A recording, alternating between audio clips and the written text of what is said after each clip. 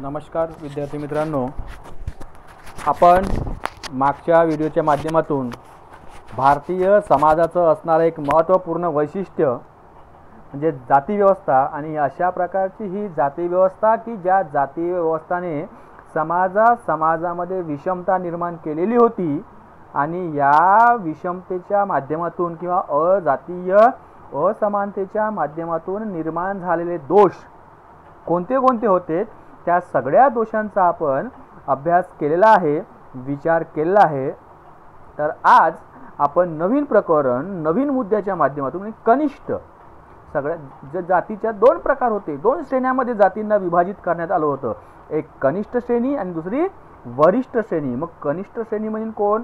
अतिशय शूद्र समाजल्या जर वर्णाचा जर विचार केला, ब्राह्मण, क्षत्रिय, वैश्य आणि शूद्र अशा प्रकारचे असणारी जी चातुर्वर्णीय व्यवस्था होती, या चातुर्वर्णीय व्यवस्थेमध्ये अत्यंत कनिष्ठ आणि दयनीय समजल्या जाणाऱ्या कनिष्ठ जातींच्या आज काय समस्या ज्यांना अस्पृश्य किंवा दलित जाती असे संबोधल्या जातात, या अस्पृश्य जातींच्या किंवा त्यांना अनुसूचित जाती सुद्धा असं म्हणता येईल आपणाला यांच्या काय समस्या आहे ते आपल्याला इथे बघायचं आहे। बरेचसे विद्वान, बरेचसे समाजशास्त्रज्ञ जातीची काही प्रकारे सांगतात। प्रकारे म्हणजे चांगले कार्य अत्यंत काय म्हणतात की अत्यंत कनिष्ठ अस्पृश्य जाती वगळता म्हणजे एकदम शूद्र, अतिशूद्र, शूद्रच नाही तर अतिशूद्र जर जाती वगळल्या तर हे जे काही मध्यम शूद्र नाही, हे कनिष्ठच म्हणता येईल। ओबीसी, नावी, सुतार, लोहार, कुंभार, तेली, तांबोळी, शिंपी यासारख्या जातींची परिस्थिती थोडीशी बरी होती कुणापेक्षा? अतिशूद्र समजल्या जाणाऱ्या जातींपेक्षा। आणि ह्या सगळ्या ओबीसीना याचाच मोठा घमेंट की आपल्यापेक्षा कोणतरी शूद्र आहे ना, मग त्याच्यापेक्षा आपली स्थिती बरी आहे, अशा प्रकारचा एक समज जाणीवपूर्वक पसरवला गेला होता। अशा प्रकारची परिस्थिती होती। तरी मात्र या जाती व्यवस्थेने काय केलं की प्रत्येक व्यक्तीच्या वर्तनावर कोणती व्यक्ती कशा पद्धतीचं वर्तन करायला पाहिजे हे ठरवून दिलं होतं। म्हणजे एक जबरदस्त नियंत्रण व्यवस्था या जाती व्यवस्थेनं या कनिष्ठ जातीच्या किंवा इतर ज्या काही बाकीच्या स्वतःला ज्या कनिष्ठपेक्षा किंवा अतिशूद्रांपेक्षा ज्या समजल्या थोडीशी वरची, आपण त्यासुद्धा शूद्र आणि अतिशूद्रांचा जर फरक केला, अतिशूद्रांपेक्षा थोडीशी वरच्या यांना त्यांच्यावरती सुद्धा यांच्या वर्तनावरती सुद्धा एक नियंत्रण प्रस्थापित करण्यात आलं होतं। म्हणून जाती व्यवस्था ही एक सामाजिक स्तरीकरण म्हणजे समाजाचं जे स्तरीकरण झालेलं आहे, समाजाचं जे विभाजन झालेलं आहे, एक चांगली व्यवस्था आहे बा अशा प्रकारचा एक मतप्रवाह भारतीय समाजात किंवा समाजामध्ये पसरवण्यात आलेला होता। या व्यवस्थेतील काही त्रुटींची पूर्तता झाली असली तरी सदर ही जी व्यवस्था आहे ही आजही चांगल्या प्रकारे समाजात कार्यशील राहू शकलेली नाही आहे। परंतु आजच्या स्थितीत जाती व्यवस्थेचे सर्व नियम कालबाह्य ठरत आहेत। जाती व्यवस्थेने जे काही नियम लादले, जाती व्यवस्थेने जे काही नियम ठरवले ते सगळेच्या सगळे नियम कालबाह्य ठरत आहे, आजच्या काळाशी अजिबात सुसंगत असणारे नाही आहे। आज जातीभेद का पाडणं हे कायद्याच्या दृष्टीने काय आहे? कायद्याच्या दृष्टीने तो गुन्हेगार आहे, कायद्याच्या दृष्टीने ते गुन्हेगार ठरत आहे। परंतु कायद्याच्या साधनाने माणसाच्या मनात बसलेली जातीय भावना जी आहे, जी पिढ्यानपिढ्या, जी परंपरागत, जी अनेक वर्षापासून व्यक्तीच्या मनावरती जाती व्यवस्था जी बिंबवल्या गेलेली आहे, जाती व्यवस्थेचे जे स्तंभ माजवल्या गेलेले आहे, ती जातीय व्यवस्था कायद्यातून काही नष्ट होणार नाही। आजही मोठ्या प्रमाणात ॲट्रॉसिटीचे प्रकरणं घडताना आपल्याला दिसतात। जातीय व्यवस्था एवढ्या मोठ्या प्रमाणात बिंबवल्या गेलेली आहे की ती कायद्याने सुटणारी नाही आहे। वरवर पाहता जर आपल्याला असं वाटतं की सर्व काही व्यवस्थित सुरू आहे बा, मात्र अजूनही कुठंतरी जातीय व्यवस्था किंवा जाती व्यवस्था भारतीय समाजामध्ये अस्तित्वात असलेले दिसून येते। म्हणजे बसमधून प्रवास करत असताना बाजूच्या व्यक्तीसोबत परिचय केल्यानंतर नाव विचारायचं, गाव विचारायचं, मग हळूसकन जात विचारायची।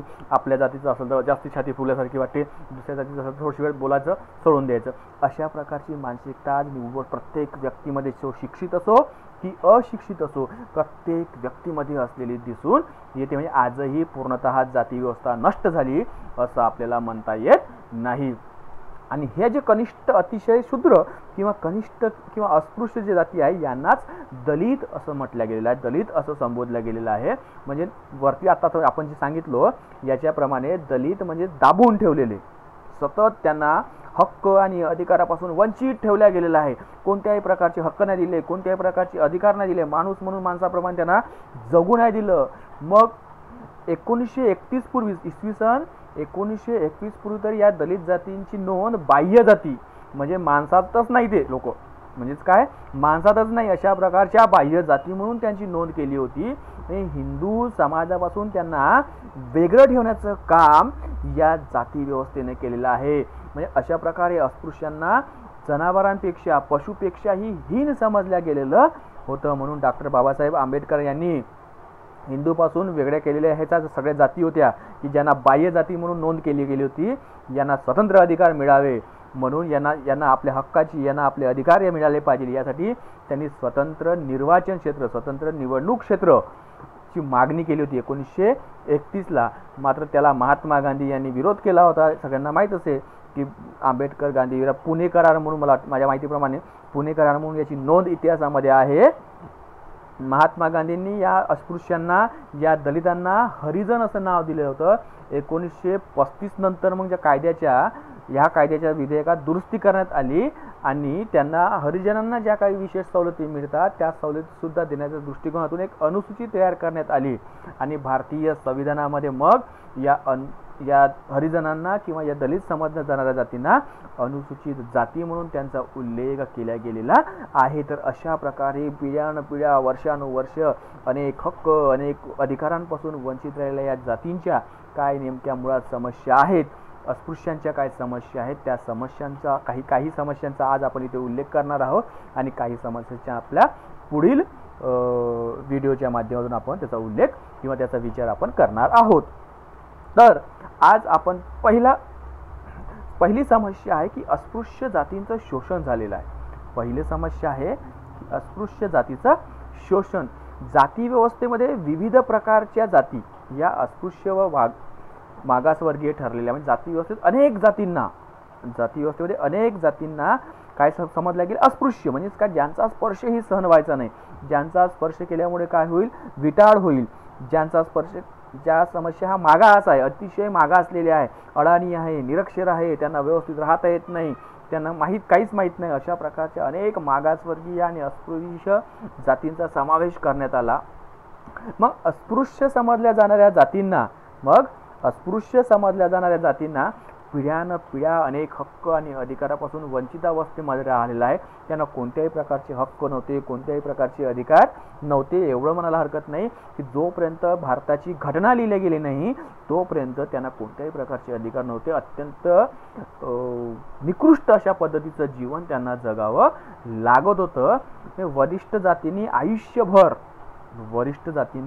आयुष्यभर त्यांचं शोषण केलेलं आहे.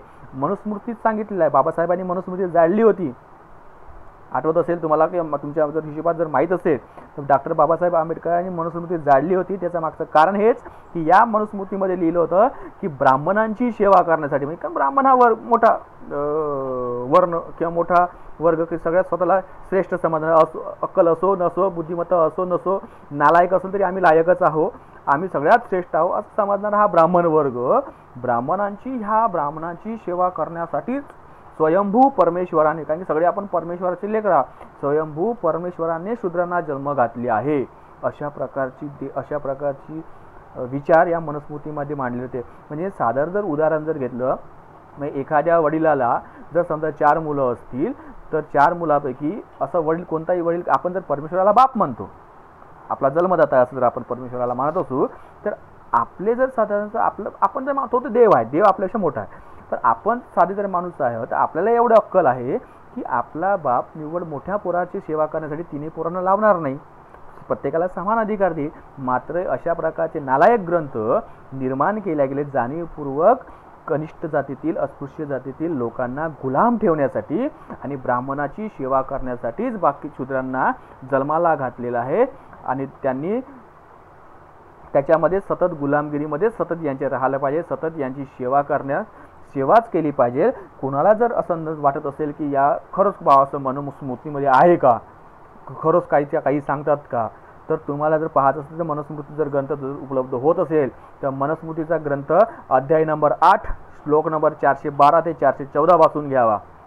संस्कृत समजली तर बरी, नाही समजली तर मोकळंच काम आहे. तर कोणता मनुस्मृती अध्याय नंबर 8 आणि श्लोक नंबर 412 ते श्लोक 414 वाचून घ्यावं. त्याच्यामध्ये सरळ असं लिहिलेलं आहे की अस्पृश्य हा गुलामगिरीतच जन्मतो, अस्पृश्य हा गुलामगिरीतच जन्मतो आणि मरेपर्यंत त्याने गुलामगिरीतच राहायला पाहिजे, अशा प्रकारचा दंडक या ग्रंथामध्ये सांगितलेला आहे. म्हणून आपले पूर्वज बऱ्याच वेळा बोलतात की काही जर आपल्याला गोष्ट पटली नाही, आपण शिकलो थोडी सवरलो की प्रश्न विचारतात माणसं. प्रश्न विचारायला लागले तुम्हाला लई समज, तुम्ही शिकलेले आहात, तुम्हाला जास्त, पण शास्त्रात सांगितलं आहे. शास्त्र हे अशा मूर्खांनी लिहून ठेवलेलं आहे की ज्या मूर्खांनी माणसाला माणुसकीपासून तोडण्याचा प्रयत्न केलेला आहे.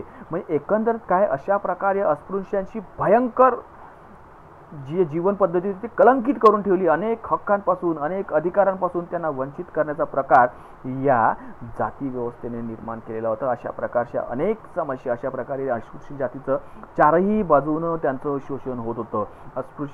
जे स्पृश्य समजला जाणारे जे वरिष्ठ जातीतील लोक होते, यांना मी मागच्या व्हिडिओमध्ये सांगितलं की कुत्र्याचा, मांजराचा, ढोऱ्याचा, डुकराचा, जमता गाढवाचा सुद्धा स्पर्श चालत होता, मात्र माणसाचा किंवा अस्पृश्य समजल्या जाणाऱ्या माणसाचा मात्र यांना स्पर्श चालत नव्हता. अशा प्रकारची जातीय व्यवस्थेने स्पृश्य, अस्पृश्य, पवित्र, अपवित्र अशा प्रकारचे श्रद्धा, अशा प्रकारचे गोष्टी निर्माण केल्या आणि त्यांच्या सावलीचाही त्यांना विटाळवायचा.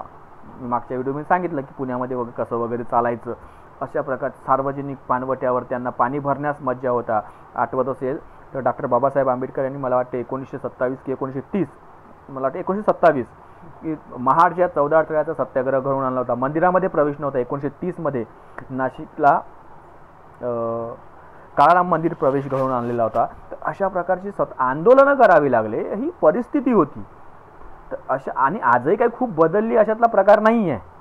आजही खूप बदलली अशा प्रकारचा प्रकार नाही. आपण स्त्री पुरुष समानतेकडे जेव्हा येऊ आपण, तेव्हा ते आपण पुन्हा जास्ती खोलवर अभ्यास त्याचा आपण करू.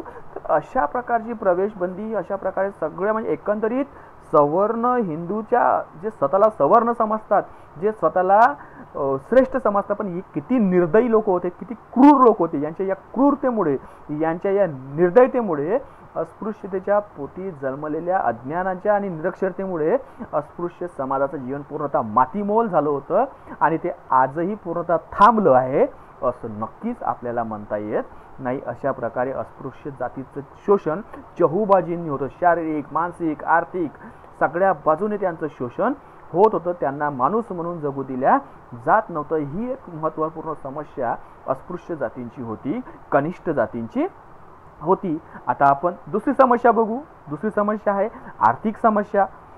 तर आर्थिक समस्या पाहत असताना समाजातील अतिदुर्बल व सर्वच दृष्टीने मागासलेला, सगळ्याच बाबतीत, कोणत्याही बाबतीत त्यांना सधन केल्या गेलेलं नाही, कोणत्याच बाबतीत त्यांना सवलती दिल्या गेलेल्या नाही आहे. तर अस्पृश्य समाजातील अतिदुर्बल व सर्वच दृष्टीने मागासलेल्या कनिष्ठ वर्गीय जातीलाच अस्पृश्य किंवा दलित वर्ग असा म्हटल्या गेलेला आहे. ह्या जातीचा वर्ग कित्येक वर्ष दाबलेला आहे. अनेक वर्षापासून यांच्यावर अन्याय, अत्याचार या सगळ्या गोष्टी घडत आलेल्या आहे. कित्येक वर्षापासून हा वर्ग दबलेला आहे. त्यांच्या वाटेला लाचारीचं जीवन आलेलं आहे. म्हणजे जसं एखाद्याच्या घरी भीक मागायला गेला, जसं भिकारी लाचारी पद्धतीने भीक मागतो, अशा प्रकारची अवस्था या अस्पृश्याने जातीच्या लोकांनी स्वतःवरती बेतून पाहिलेली आहे, अनुभवलेली आहे. जी आज थोड्याफार प्रमाणात काय होईना थोडं शिथिल झालेली आहे, पण हे अनुभवलेलं आहे. अशा सगळे बेकार परिस्थिती अस्पृश्यांच्या बाबतीत घडत होती. म्हणजे माणूस म्हणून जगणेही त्यांना शक्य झालेले नाही. म्हणजे माणूस, आपण माणूस आहो बा, अशा प्रकारे माणसाचं माणुसकी पण त्यांना अजिबात मिळालेलं नाही. आम्ही ना मान होता त्यांना, ना प्रतिष्ठा होती, ना खायला होतं, ना प्यायला होतं. अशा प्रकारची दयनीय अवस्था या अस्पृश्य जातीची होती. मग अशा प्रकारच्या ज्या नरक यातना भोगत असताना, अशा प्रकारच्या या नरक यातना भोगत असताना त्यांच्या अजिबात दुःखाला पारावार नव्हता, त्यांच्या दुःखांना अजिबात सीमा नव्हती. हे सगळ्यात गोष्ट मागासलेल्या आणि हे सगळं बाकी सगळं पिढ्यानं पिढ्या सुरू होतं. हे बाकी सगळं पिढ्यानं पिढ्या सुरू होत असतं. त्यांना शिळं अन्न खायचं, उष्ट अन्न खायचं आणि आपलं जीवन फक्त जगायचं अशी एवढंच त्यांना माहीत होतं. मजुरीवर जे पोट भरणारे आहे त्यांचेही आज काही दिवस आजही काही संपलेले अशा प्रकारची परिस्थिती संपलेली दिसून येत नाही. लाकूड फोडणारे, वेठबिगारी करणारे. वेठबिगारी म्हणजे काहीच करायचं नाही, दुसऱ्याच्या वेठबिगारी म्हणजे स्वतः कोणताही प्रकारचा मोबदला न घेता दुसऱ्याच्या घरी जाऊन काम करणे, अशा आणि फक्त काय खायला मिळते एवढ्यापुरतं फक्त काम करणे, अशाची परिस्थिती त्यावेळेस होती आणि आजही होती. भीक मागणं अजूनही काही त्यांचं बंद झालेलं नाही. आजही बऱ्याच प्रमाणात अशा प्रकारची अवस्था आजही दिसून येते. थोड्याफार प्रमाणात कमी झाली असेल.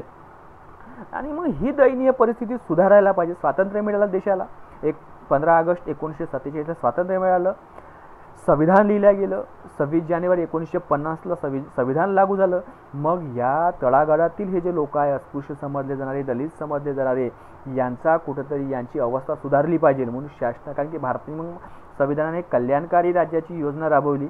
मग अशा प्रकारच्या तळागाळातील लोकांना कुठंतरी वरती आणलं पाहिजे. यांच्यासुद्धा अवस्था ज्या आहे, यांचीसुद्धा जी परिस्थिती आहे ही सुधारल्या गेली पाहिजे. यासाठी मग आपली कसं आहे, भारतीय समाज हा कृषीप्रधान समाज, शेतीप्रधान समाज. मग यांच्या जर अवस्था जर सुधारायच्या असेल तर यांना मग जमिनी दिल्या पाहिजे असं शासनाने ठरवलं. मग झालं काय, हे तर सगळ्यात मोठी गोम होती की एकतर अनुसूचित जाती, अशिक्षित, अडाणी, मग त्यांना ज्या जमिनी दिल्या, त्याचबरोबर त्या जमिनी कसण्यासाठी मग लागणारी जी साधनं होती, बैलबंडी असेल किंवा वखर असेल, नांगर असेल, याची व्यवस्था केली. परंतु जे श्रीमंत समजले जाणारे लोक होते, यांनी त्यांच्या जमिनी लाटल्या, त्यांना वेगवेगळे लाचलुचपत दिले, वेगवेगळे आमिष दिले आणि त्यांच्या ज्या सुपीक जमिनी होत्या त्या लाटल्या आणि त्यांच्या ठिकाणी मग त्यांना नापीक जमिनी त्यांनी पुरवल्या. म्हणजे एकंदरीत जमिनी मिळाल्या, मात्र त्याच्यातून उत्पादन मात्र अत्यंत कमीच. म्हणजे जे सुरुवातीला परिस्थिती त्यात काही विशेष फरक पडलेला नाही आहे.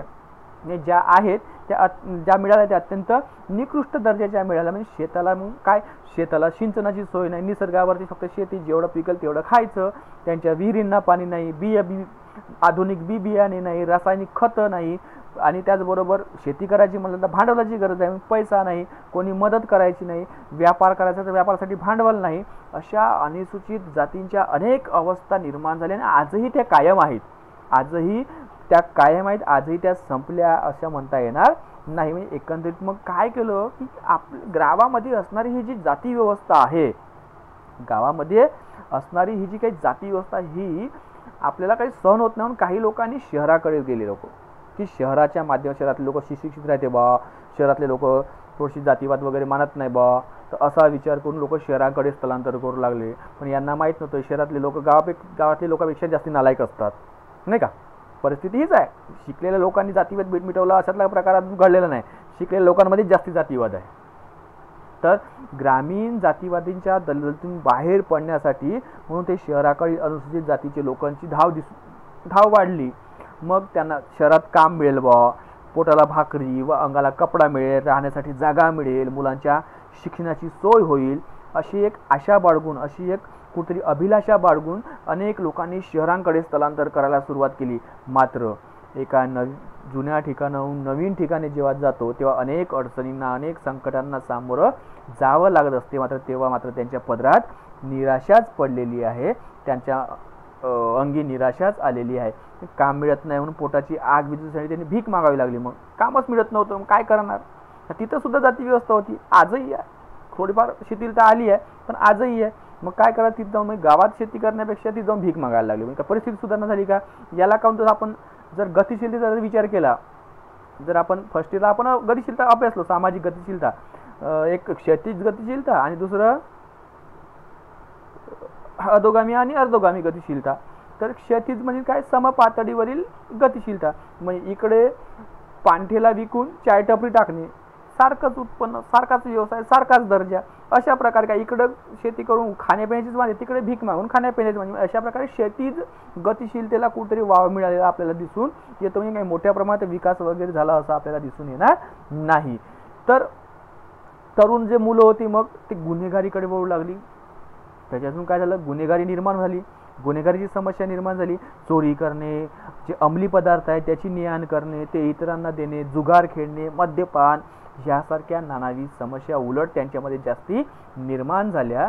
आणि त्याच्यामुळे झालं काय, मग आणि जास्तीत जास्त जे लोक कामाला लागले त्यांना काय कामं मिळाले असतील की मग तुम्ही कनिष्ठ जातीचे, तुम्ही साफसफाई, नाल्या सफाई, जे काही बाकीचे जे अतिशय कनिष्ठ दर्जाचे समजले जाणार हे कामं त्यांना मिळू लागले. हे अशा प्रकारे आणि ह्या कामातून मिळणारं जे काही आर्थिक उत्पादन होतं ते काही खूप मोठं नव्हतं. म्हणजे जे मिळत होतं ते अत्यंत अल्पच होतं. त्याच्यामुळे त्यांचे काही आर्थिक जी बाब होती किंवा आर्थिक ज्या काही गोष्टी होत्या त्या काही सुधारल्या असं त्यांना आपल्याला म्हणता येणार नाही. मी अशा प्रकारे आपण जे आज 2 समस्या पाहत आहोत की अस्पृश्य जातींचं मोठ्या प्रमाणात शोषण झालं आणि त्याचबरोबर आर्थिक समस्यांना त्यांना सतत तोंड द्यावं लागलेलं आहे. तर अशा प्रकारे आपण आज 2 समस्या इथे बघितलेल्या आहे. उर्वरित ज्या 3 समस्या आहेत त्या आपण पुढच्या व्हिडिओच्या माध्यमातून अभ्यासणार आहोत. आपण आता इथेच थांबू. धन्यवाद.